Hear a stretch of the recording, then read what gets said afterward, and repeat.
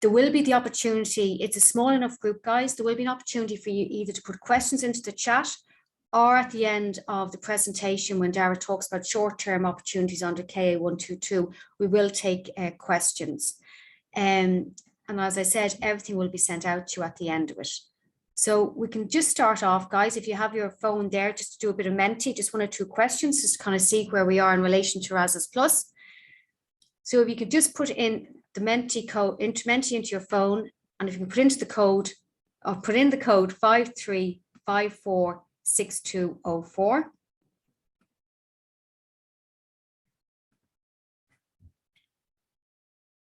And we just have 1 or 2 questions to ask quickly, just kind of get a feel.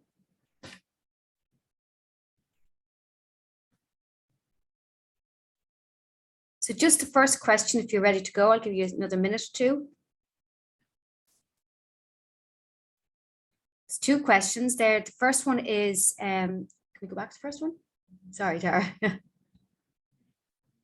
Just the first one there. The code is 53546204. I should put it into the chat.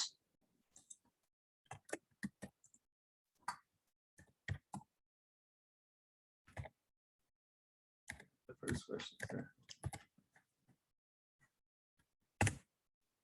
So the question there is just, do you know anything about the Erasmus Plus program? So I see a lot of you have answered, so there is some familiarity in the room with it.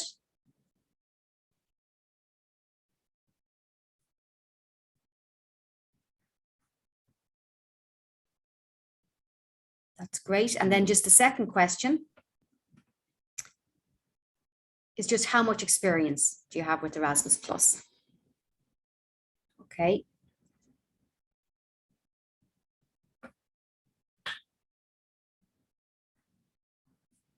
Okay, so we have a number of newcomers. Some have some experience. That is great. Okay, well, today certainly is going to be really explaining to people the opportunities under it. And I said it is a short session, but let's please use it to answer any questions that you may have. Presentation.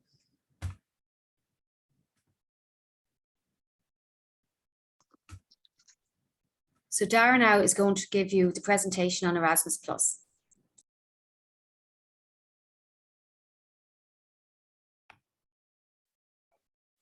Okay. Hi everyone. We're in the same, me and Deirdre are in the same room, so we just need to make sure computers are muted. So there's no echo. Unless I leave them back in. I'll leave them back in. If you just, Sorry. see. Thanks, Julie. Few technical gremlins appearing early on, never a good sign. There you go. Okay, perfect. So yeah, I'm going to take you through the short-term learning mobility short-term projects, which are Key Action 1, learning mobility of individuals in school education. So Erasmus Plus, just take a quick look at the program overall, has a budget of 26.2 billion. The European Commission see it as one of their flagship programs. This Erasmus Plus program is running from 2021 to 2027, and 70% of this budget is used on mobility projects, and the other 30% is on partnerships. And what we're looking at today are mobility projects.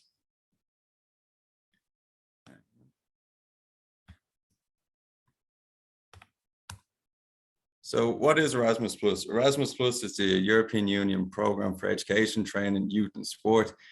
The Erasmus Plus first cycle program came to an end in 2020, and the successor program will run from 2021 to 2027 and aims to be more inclusive, accessible and sustainable. The previous program was also Erasmus Plus, so named Erasmus Plus. So I think they leave the creativity to the participants, not the commission themselves.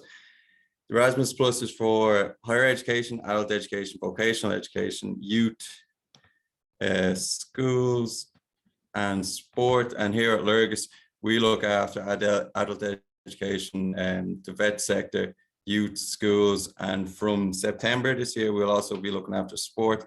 Higher education is looked after by the Higher Education Authority. This Erasmus Plus program, the key priorities of it is inclusion and diversity, aims to be more green, build up knowledge on sustainability and climate action, developing accessible and high quality digital learning, and fostering digital capacities and active participation, enhancing participation in democratic life and civic engagement. Now, these are the countries that are involved in Erasmus Plus. We call them program countries, and that includes all EU member states, as well as 6 non-EU program countries you can see down below. You might actually note that the UK is no longer involved in this new Erasmus Plus program, which is a bit unfortunate, but probably less said about that, the better. So these are the objectives of the project overall, the Erasmus program overall. It aims to strengthen the European dimension of teaching and learning by promoting values of inclusion and diversity, tolerance, and democratic participation, promoting knowledge about shared European heritage and richness and diversity, supporting development of professional networks across Europe. It aims to increase the quality of teaching and learning in school education by supporting professional development of teachers, school leaders, and other school staff, promoting the use of new technologies and innovative teaching methods, improve language learning and language diversity in schools, as well as supporting the sharing and transfer of best practices in teaching and school development.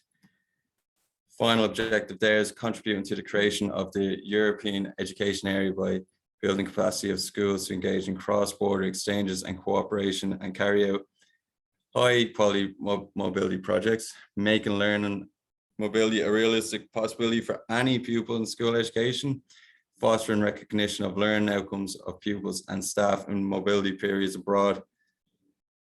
Eligible organizations, well, for the school sector, it's quite straightforward. It's any schools providing general education at pre-primary, primary or secondary level, local and regional public authorities, coordination bodies, and any other organizations with a role in the field of school education. You can refer to LERG's website for all details on eligibility. You know, it's okay to have, I think we've all had identity crisis at certain points of our lives. I remember a couple of years ago, I think it was during Storm Ophelia, when Leo Taoiseach of the time tweeted out that all schools and colleges were closed, and DCU kind of put in there that infamous tweet, does it refer to them? So if you do have any questions on eligibility, please feel free to ask. Okay, in mobility projects, what activities can be organized? What is available to you, to schools? Well, for staff, there's job shadowing for up to 2 to 60 days. You can do teaching assignments, courses and training. For learners, you can go group mobility of school pupils, short-term learning mobility of pupils, long-term mobility of pupils. And in addition to physical mobility, all pupil mobility activities can be blended with virtual activities.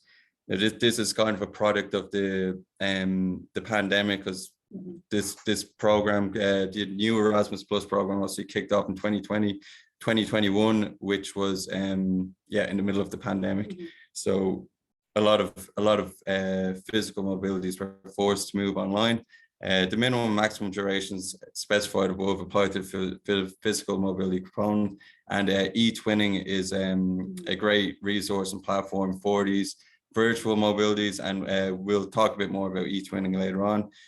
Other activities which are new to this Erasmus Plus program includes invited experts, hosting teachers and training, and preparatory visits. And would like to highlight actually that applying for funding to send staff and learners abroad does not mean a reciprocal school exchange. The partner school must also apply for funding to send their staff or learners to you. Like, it is possible, but they must provide their own funding. These other activities which I mentioned, which are newer to this program, the invited experts can come from for 2 to 60 days. Organizations can invite trainers, teachers, policy experts or other qualified professionals from abroad who can help improve the teaching, training and learning at the receiving organization. Example of this is experts provide training to staff, demonstrate new teaching methods, or to help transfer good practices in organization and management. And you can host teachers and educators in training. Applicants can host teachers in training who want to spend a traineeship period abroad, as mainly younger student teachers, new teachers who want to learn new experience. Those in training are recently graduated. And preparatory visits, a school can set up a preparatory visit to the hosting partner before mobility takes place. It's a support arrangement to mobility of staff or learners, and it should aim to improve inclusiveness, scope, and quality of mobility activities. And for example, starting work with a new partner, better prepare for participants with fewer opportunities. So yeah, the preparatory visits it's a good way to go over there and get a lay of the land before you go ahead with the mobility, just to make sure it's a suitable school for you, and there will be, I know, reduces the risk of any problems coming up in the future. So what exactly is a mobility project? Well, we see it in 4 stages.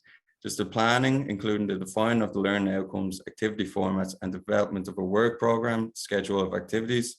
Just a preparation, including practical arrangements, selection of participants, setup of agreement with partners and participants, linguistic intercultural learning, and task-related preparation of participants before departure.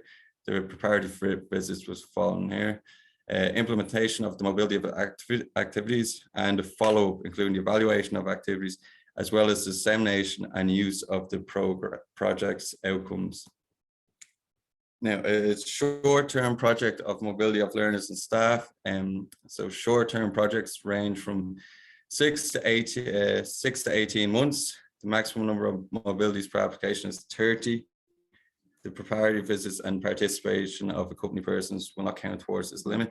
So as where it says there, maximum number of mobilities, that would be 30 people. It's a funny word to use to describe people, but organizations that receive a grant for a short-term project under the first round of applications may not apply for the second round of the same call year. So we just had a deadline in February. We'll have another deadline for applicants in October. So if any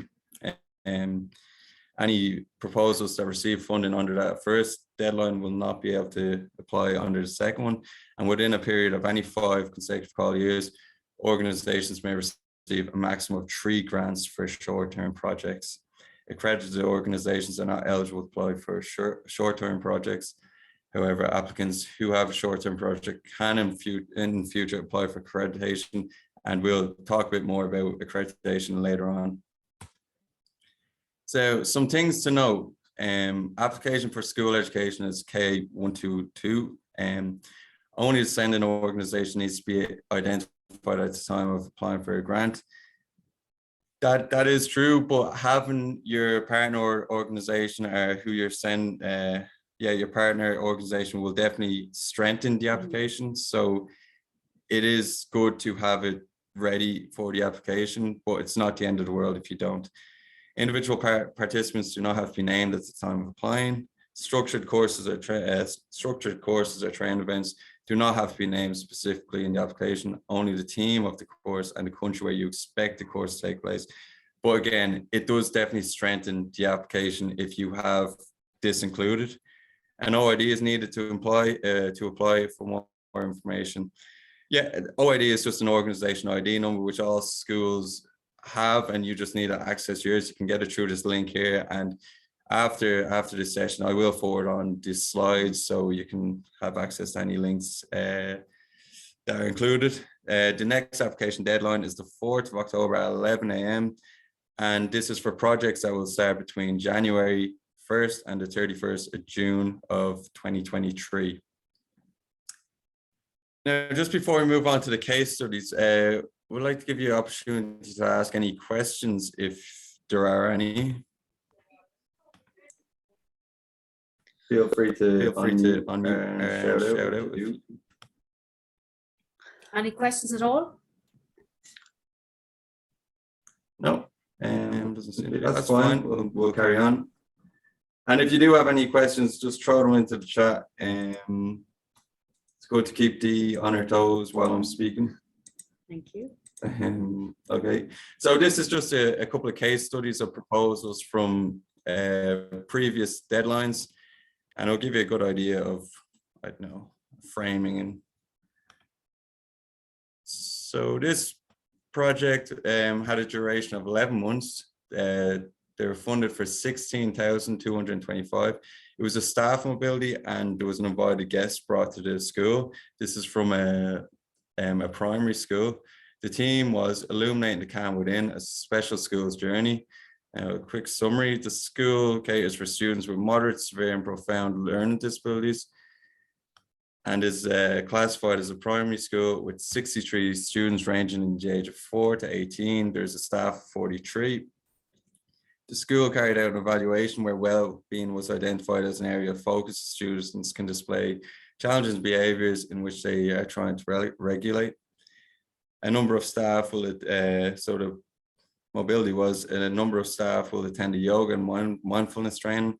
Following the training received, teachers will host mini workshops for the colleagues to ensure their learning is shared and transferred within the teaching community. In the school, in addition to supporting staff to attend the training courses in Spain, the applicant also intends to host an expert to provide training to teachers in yoga and or mindfulness. Now, this is a big thing with the Erasmus Plus projects. And a couple of teachers, well, it depends on each school, but we'll go onto these courses and training.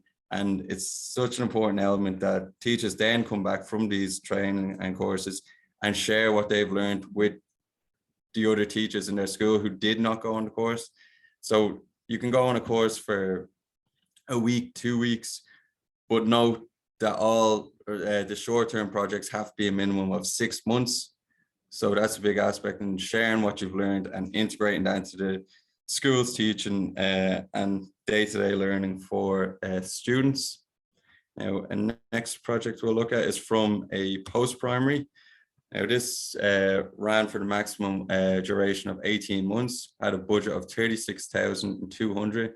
It was a staff and pupil mobility. The team was developing new technologies and innovative teaching methods among our staff while increasing awareness on sustainability, especially in the area of fashion among our pupils. Now, obviously, as we mentioned earlier, a key objective of the Erasmus Plus program is sustainability, to be more green. Quick summary: this applicant is a small co-educational secondary school with 158 students and 30 staff, including 8 non-teaching staff with a strong cohort of international students. The most important challenges in the school is facing the transformation into digital technology. Hence, the key objective is to develop the use of more tools for learning while strengthening existing relationships with the European community and connect more learners using digital technologies. The proposal is a multi-flow request from over an 18-month period for both continuous professional development for 9 staff via short courses in areas of digital technology, inclusion, diversity, and environmental sustainability, as well as a student mobility for 6 transition year students, of whom 3 require inclusion support, for a 10-day trip to an already sourced host in Spanish school. In advance of travel to Spain, preparation includes a preparatory visit and language learning. The project design is well presented, and the student joint project on fashion, sustainability, inclusion, and diversity is a good feature of the mobility. And that's just a bit of an overview on the some of the proposals, some of the projects that have taken place. A couple of resources here to find partners, twinning, as mentioned earlier. This is community for schools in Europe, search for partners and courses with countries, states, etc. It combines mobility and physical exchange with virtual cooperation. That can be an important element. In particular, projects are strongly encouraged to use eTwinning to work together before, during, and after project activities. Just a link for eTwinning there. So it definitely also strengthens an application and a project if you use these European resources, European platforms, just to as I said, find partners and build your project with that, your partner school on eTwinning. It's a great resource for that. You can share materials and just general going-ons in your project. School education is another great resource. The School Education Gateway is a single point of entry for European teachers, experts, policy makers, and others in the field of school education. Schools interested in starting an Erasmus Plus project will find plenty of useful tools. There's a catalog and search tool for training courses and other mobility opportunities. Search tool for partners, online training course for preparing an Erasmus Plus application, and the link is there.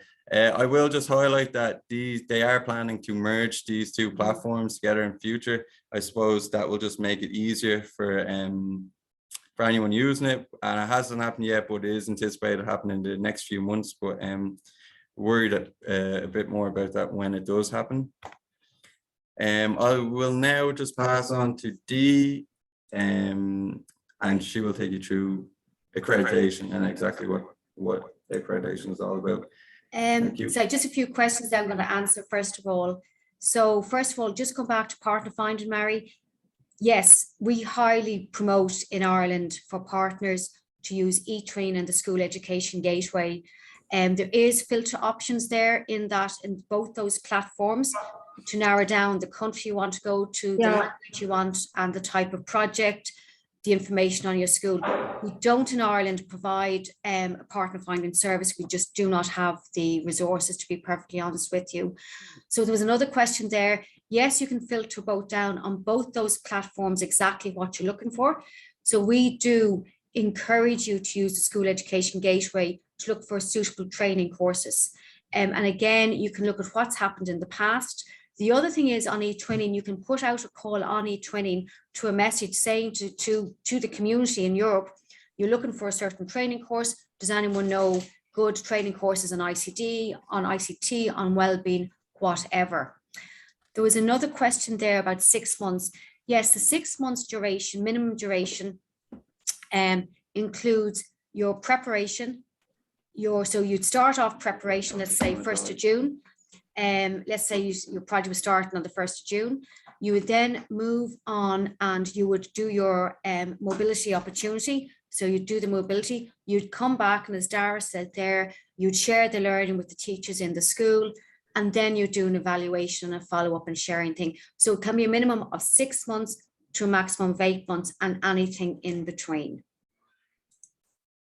Let me just see other questions here. No, there is no limit to the number of partner schools on a project. Again, Mike, it would depend on what you want to do. So for example, you might have one partner who's a training course provider. You may have another partner who would host some pupils for you in a pupil mobility. But you could have, it depends really on your aims and objectives of the project. There is no limit there at all. Before I continue on, is there any other questions? Good question, Geraldine. Do students have to sign an individual learning agreement before participating in the student mobility? Only if it is a long-term pupil mobility or a short-term pupil mobility, not if it's a group mobility of students. So if you're bringing a group of students, let's say 6, for example, and you tag it onto the group, they do not need individual learning agreements. However, if it's more short-term mobility for individual students or long-term pupil mobility, yes, they have to do learning agreements. Regarding mobility of pupils, obviously follow-up phase will be out of school since they finished at the beginning of June. Again, Lucia, it depends on the timing of your project, but you would then have to, so for example, if you applied under the October deadline of the 4th of October, and you started your project on the 1st of January in 2023, and it went for 12 months, and if your pupil mobility took place, for argument's sake, in September, October, you would then do the follow-up in November and December. Does that make sense? Is that clear? Okay, thanks, fine. We are bringing 15 France in September. Okay. If there's no other questions, I can take any other questions on it, or I can just move on to talk about accreditation. So what we're saying here, guys, is there is an opportunity under the next deadline to apply for short-term projects. All the activities that Dara highlighted there, be it the teachers want to undertake training courses, want to go job shadowing, or you want to do pupil mobility, the same activities can take place under accreditation. The difference is we'd say if you're new to Erasmus Plus, and I know there's a number of newcomers here, or even slightly experienced, we would say look at doing the short-term project first and then maybe looking at doing an accreditation. What accreditation allows you to do is, it's a different deadline, it's October 19th. It allows you, if you're accredited, to be in the programme, funded for the rest of the programme for between 2 to 5 years, and then you just put in a funding application. Dara, can you share the PowerPoint there again? So basically as such, you're in the system, you're approved, and you just put in a funding application once a year.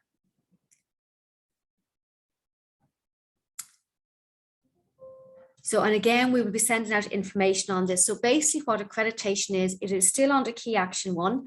It gives organizations simplified funding access to learning mobility opportunities in Key Action 1. So all the activities that Dara highlighted there. It can be for a minimum of 2 years to a maximum of 5 in duration, with the option to extend till the end of the program. Now at this stage, we have 5 years to go in the program. You only need to apply for accreditation once. So you apply under the accreditation of what you see your objectives are between 2 to 5 years, and then each year you can then apply for funding. There's 2 types of way of applying: as an individual organisation or as a mobility consortium. Most schools will go for an Erasmus accreditation for yourselves as an individual organisation. So it's where you look at your needs, you put them down in an application form, and we evaluate them. So you look at your strategy from a longer point of view. The mobility consortium coordinators, it tends to be the likes of education centres, ETBs, where they apply for an accreditation on behalf of a number of schools. However, schools can be also a consortium coordinator if they so wish. Just the benefits of accreditation. Basically, we're saying having Erasmus accreditation assures your organisation of stable funding. So your organisation can rely on the programme to support you with funds for new mobility activities every year. You don't have to apply every year, but there is funding available every year. It gives you the opportunities to grow and explore, so you can try new types of activities or collaborations with new partner organisations without having to write a new application every time. So there's an awful lot of flexibility with the accreditation, where you can actually make changes to your objectives. You can update your numbers. You may start off with staff mobility, and then you want to include pupil mobility. There's a lot of flexibility. So it's making your own strategy. So it lets you, the school or your organisation, define your own goals and gives you the freedom to choose the speed at which you want to move. As you progress, you can also update your plan to keep it relevant. Also, it's investing in the future. Stable access to funding means you can focus on long-term goals.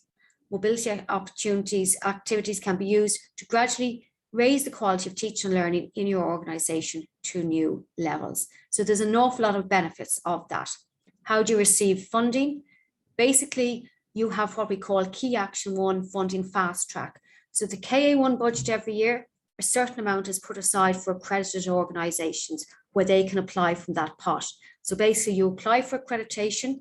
If you're successful, you then apply under a funding deadline every year where you put in your objectives and numbers. And then just a slide there on the life cycle, the accreditation life cycle, just to show it where it is. I won't go through this because we'll send it out to you, but basically we're saying choose the type of accreditation you want, be it individual or consortium, start your application, etc. And then go through the whole life cycle of receiving funding.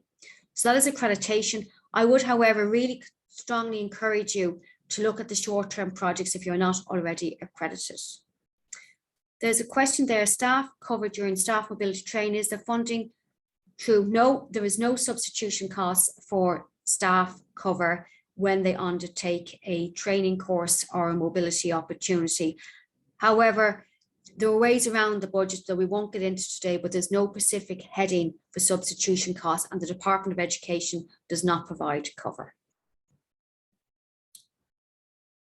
Are there any questions at all, guys, on that? If we just go in then to the next steps, just some relevant links here. Basically, just some inspiration. You can go into this platform to have a look at previous projects. You can also have a look on our Lurgus website, and there's a number of blogs from the school education sector on the type of projects that schools, both primary and post-primary, have undertaken over the years. And then just to recap on a few next steps, as Dara mentioned, and again, this PowerPoint will be sent out to you. If you're interested, register your organisation for an OID, so the organisation identification. That number is needed when applying for an application. If not already done so, there's a link there to sign up to our newsletter, where we will promote upcoming deadlines, when the application forms are available, training course opportunities, as well as application clinics. We do have an application clinic for the next deadline on the 4th of October, on the 14th of September for short-term projects. If you're interested, please, I would encourage you to attend that. The application is the 4th of October, 2022, 11 a.m. Not a second after 11 a.m, it'll be deemed ineligible. And that is for the short-term projects that Dara focused on earlier this session.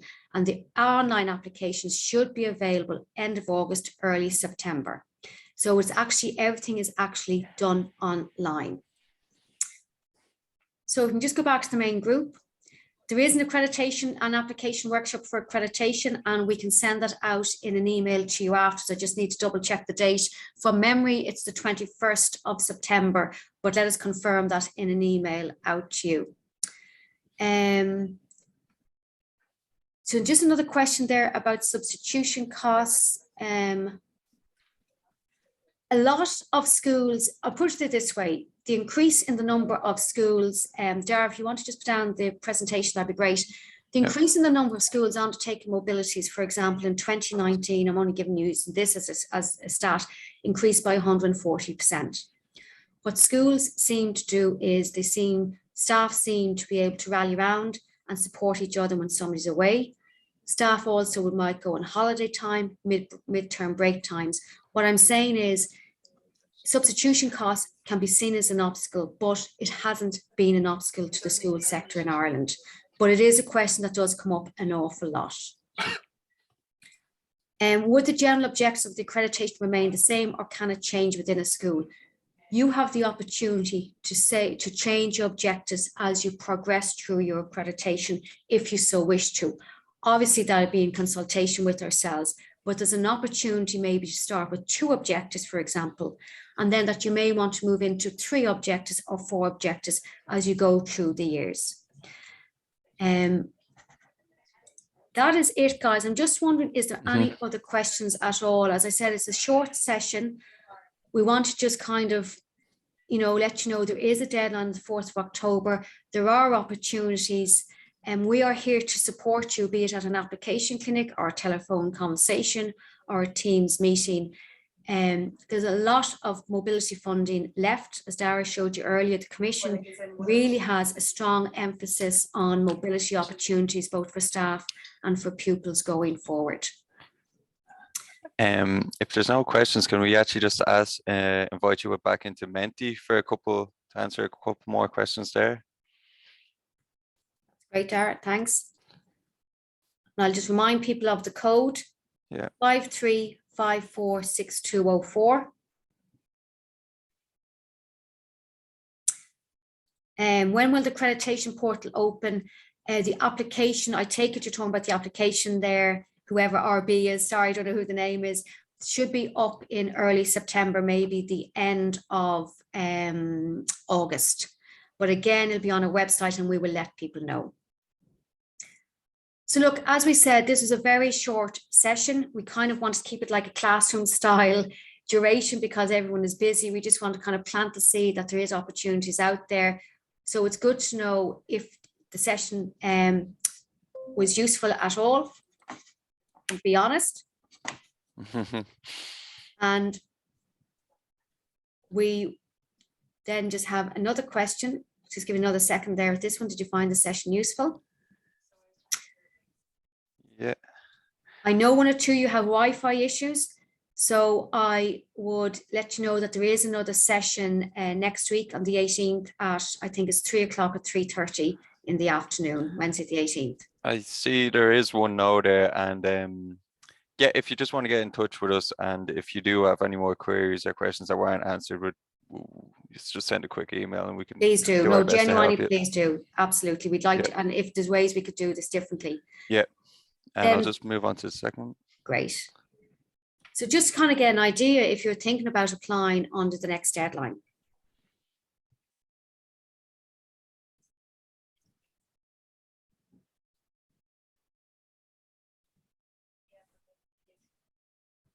Thanks, Rhoda. Hope you'll be in touch with us afterwards. Okay. Okay. Yep. That's great to see. I would encourage you guys to keep in touch with us either after this email. As I said, we are here to have a chat on the phone, to have a Teams meeting with people. There will be an application clinic. But I suppose I really want to say to you is we're here to support you if you are thinking about applying. And those who aren't thinking about applying, if you have any questions or you may be thinking of a future deadline in 2023, please do get in touch with us. We're here to support you on your journey. Last opportunity if there's any questions. If not, we will close the session. Yeah. Thanks, everyone. Thanks, everyone. Thank you for your time.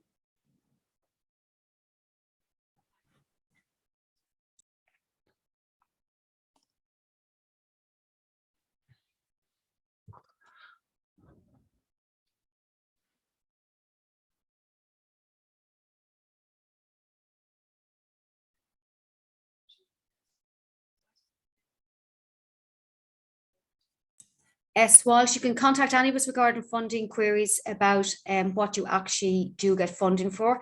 And we can cover that off. You do get funding for travel, subsistence, and then depending on training courses, you get funding for training courses and you get an organisation support. So feel free to email any of us at the end of the presentation with contact. How are you? I wasn't probably clear on that. We've actually already been granted the funding. We're just wondering, how do we kind of access that? We've obviously, for the flights and stuff like that, how do we have the money in the account of our school board, but how do we access that? Is it a case of you spend the money and get receipts, or? No. Sorry, which deadline was that? I don't know your first name, I beg your pardon. Shane, sorry. Shane, hi, Shane. Right. Sorry, well, which deadline was that under, Shane? I'm not complete. We applied, what month was it last year?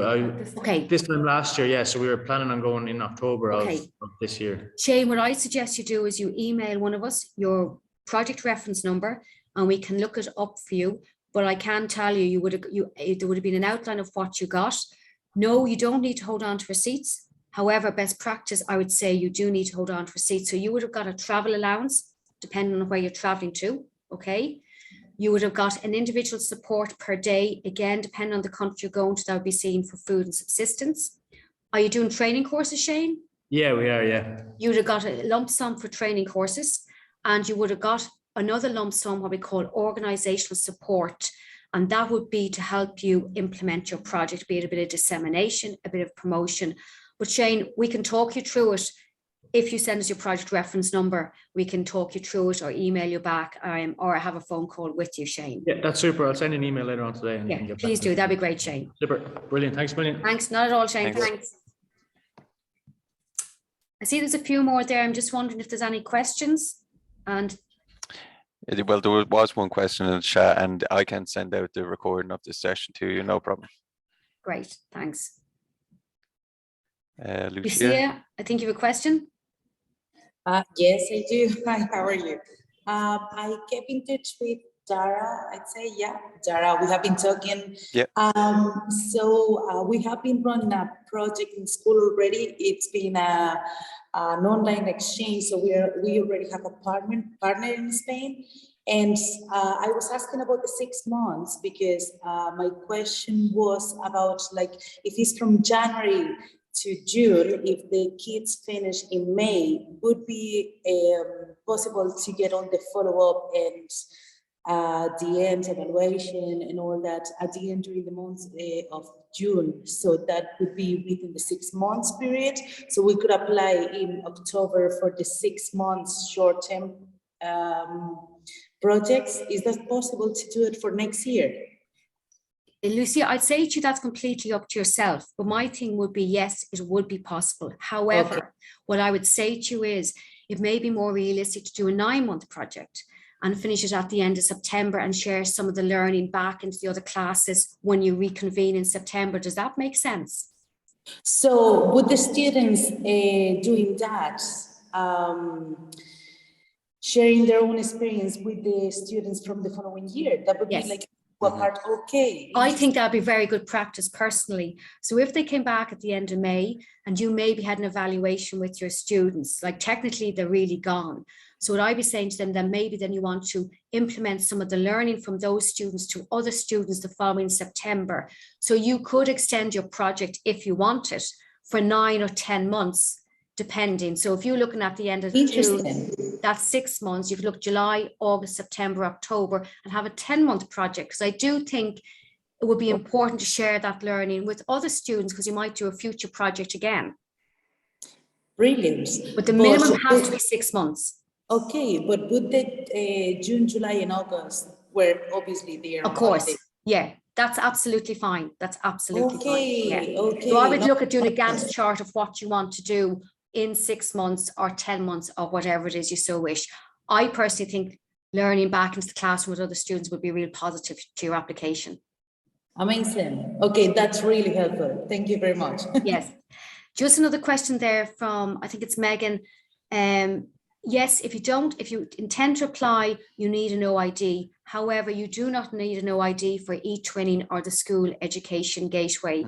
And everything will be emailed in the PowerPoint to you after this session, all the links that Dara would have gone through it earlier today. Yep. Okay, guys, so if that's okay, then I'll get you to leave the meeting. And thank you for attending, and please do get in touch. Mike, do you have any questions just before you go there? No, that's grand. Okay. Okay. Thanks, Lucia. I think we can exit them ourselves, Dara, if you can do that. Yeah. Great.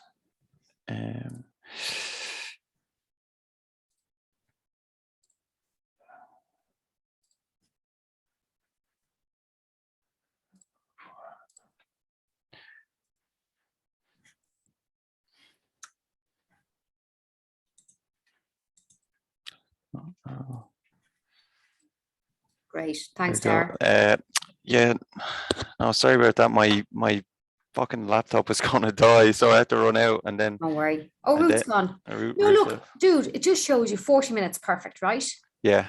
It was perfect, Dara. It's exactly what we said. I'll put my hand on it. It is that girl from France, because she kept emailing me about I've been looking for partners and eTwinning is not working. Fuck off. Leave me alone. Yeah. Or I'd say it was Geraldine who said it wasn't useful because she's already got funding. But no, it was simple and to the point, and we'll do a follow-up email. The interesting one is, I think about 11 said they intend to apply. Yeah. So here, I'll come out and talk to you. What am I doing here? Jesus Christ, sorry.